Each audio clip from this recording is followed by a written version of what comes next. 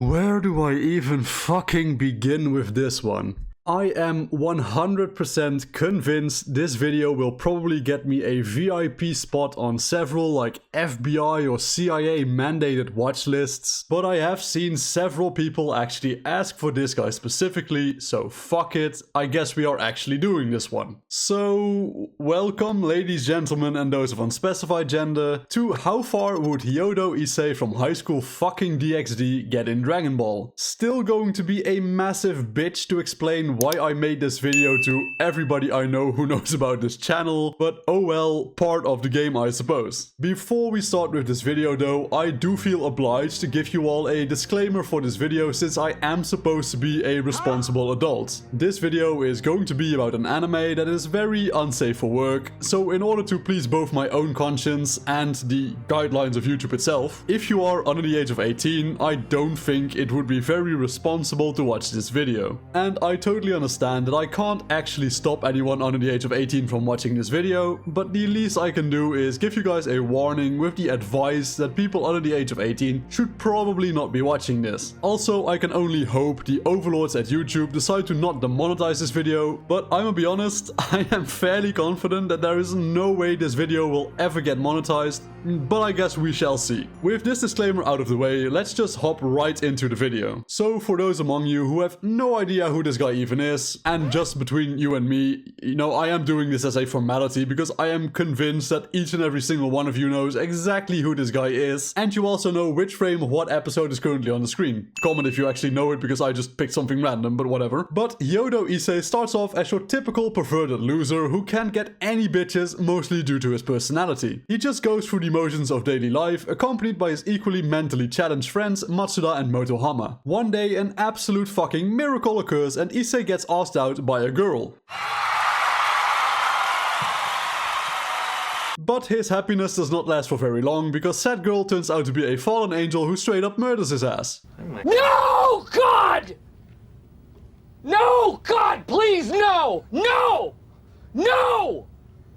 No! Luckily for Issei though, this is where his popular phase actually starts. He gets saved at the brink of death by Rias, who turns him into a devil and makes him a part of her family. Issei then wakes up next to a naked Rias and gazes at his favorite thing in the entire world, big, bouncy redacted. Now, to properly understand Issei's powers, we should probably take a quick look at how the power system actually works in the Highschool DxD universe first. In the world of Highschool DxD, there are a total of, I'd say, 4 quote-unquote main factions of power that are prominently featured in the show. You have angels who possess holy powers derived from the church and the faith of the people. You have the fallen angels who possess a similar power to that of the angels, except more tainted with evil and corruption since they're fallen angels. Then you have the devils and their demonic powers. As stated before, Issei joins this faction due to circumstances and obtains demonic powers of his own. And you have so-called heroes who mainly possess legendary weapons and fight using them. There are other powers such as the Norse gods, the yokai from Asian mythology, and just completely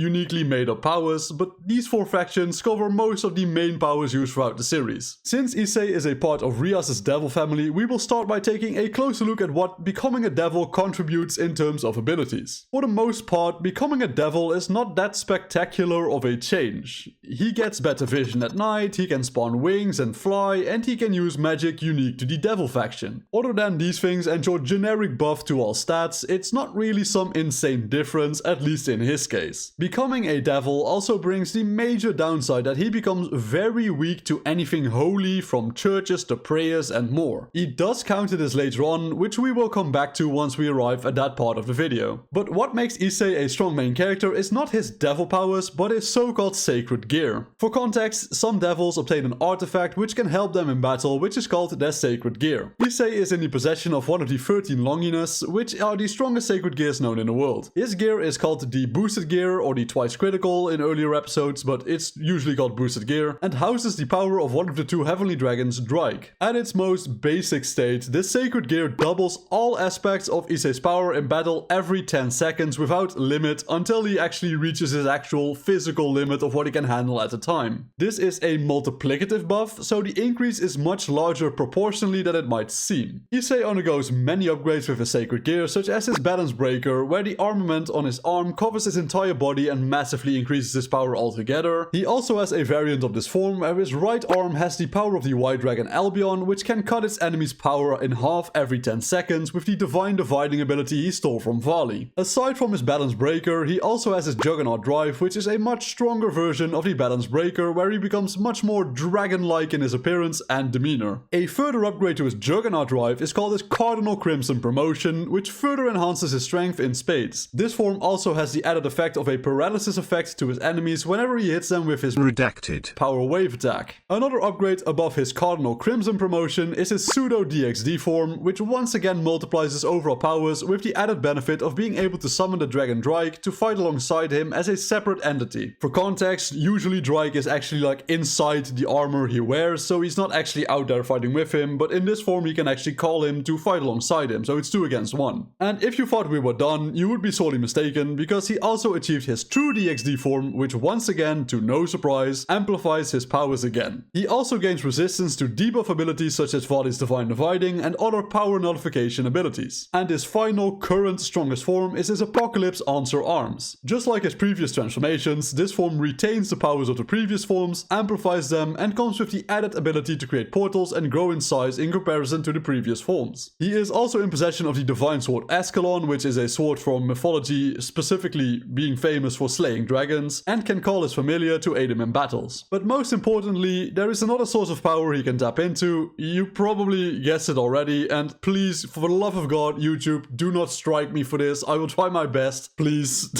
But Issei gains incredible power boost from looking at redacted, fondling redacted, looking at redacted, sucking on redacted, sleeping with redacted, being in the presence of redacted, thinking about redacted, fantasizing about redacted, talking about redacted, creating poetry about redacted, writing books about redacted, etc. This man just gets insane power boosts from redacted. Some of his notable techniques are his dress break, where he strips his female opponents bare, his bilingual, which allows him to talk to his enemies redacted and predict their next moves, and his super redacted wave cannon, which is just a Kamehameha with redacted. Oh, and before I forget, the way powers work in the devil families is that each member is assigned a specific evil piece, which is basically a chess piece. Issei himself is a pawn, which means he is a common foot soldier in the devil hierarchy. He can, however, just like in regular chess, promote himself into a rook, bishop, queen, or knight. When promoting himself into one of these classes, he gains buffs depending on what class he promoted himself into. As a rook, he gains monstrous physical strength. As a knight, he gets a more balanced spread of speed and power. As a bishop, his healing powers and support abilities are enhanced, and as a queen, he gains a massive buff to his magical power. But the big question lingering in everyone's head is how far this schmuck would actually get in Dragon Ball. And luckily for you guys, my unprofessional ass has provided an answer specifically for you. In both the light novel and the manga, Issei has been stated to be capable of destroying the entire planet they are on if he went all out. And although he has not been specifically stated to be faster than light, his movement feats do heavily imply he is capable of faster than light movement. Some of the places where this is heavily suggested are, for example, his fights against Balance Breaker Vali and his fight against Tartarus. And as a general rule of thumb, a character is usually, with the emphasis being on usually, capable of tanking their own strongest attack, which in Issei's case would be a planetary attack at best. But he can for sure tank country level attacks with relative ease if he is just at his best and he's not like hurt or debuffed or whatever. Lastly, we discussed his weakness to holy items before and that he had a fix for this. He traded one of his arms for power with Drake. This means that his own arm is no longer considered a devil's arms, it's a dragon's arm now, which in tandem allows him to freely touch holy items with it. So it's not a complete fix, but it is technically a fix to his aversion towards holy items. So personally, I would place Issei somewhere between Nappa and Vegeta in the Saiyan saga. I am of the opinion that Raditz would not be able to beat Issei no matter the circumstances. Both his offensive and defensive capabilities are far superior to Raditz, and in turn, I don't see Raditz pulling a victory out of his ass when facing a full power Issei. Nappa stands a much better chance, but I still believe Issei would be able to at the very least put up a good fight with a pretty decent chance of actually winning. Especially if someone shoves some redacted in his face. Bulma finally gets a chance to shine here, guys. Like, she finally can be useful for once.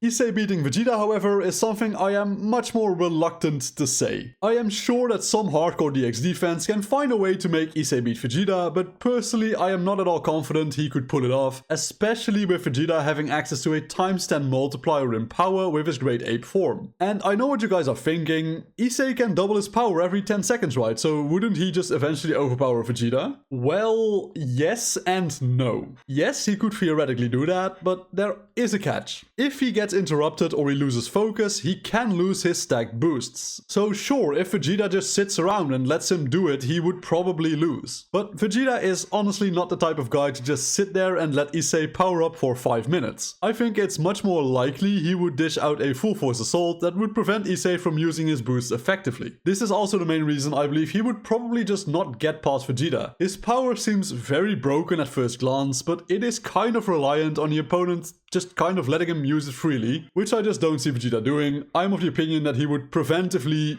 defeat Issei before he gets a chance to really like power up, because I feel like Vegeta would notice that Issei is steadily getting stronger and that he would need to act now to put a stop to that. So what do you guys think? Did I rank Issei fairly, or did I completely over or underestimate Issei and ranked him poorly? Be sure to let me know in the comments down below. Ladies and gentlemen, please leave a like and subscribe if you liked the video. Leave a dislike if you hated me throughout this entire video. And I will see you all again in the next one. Peace out.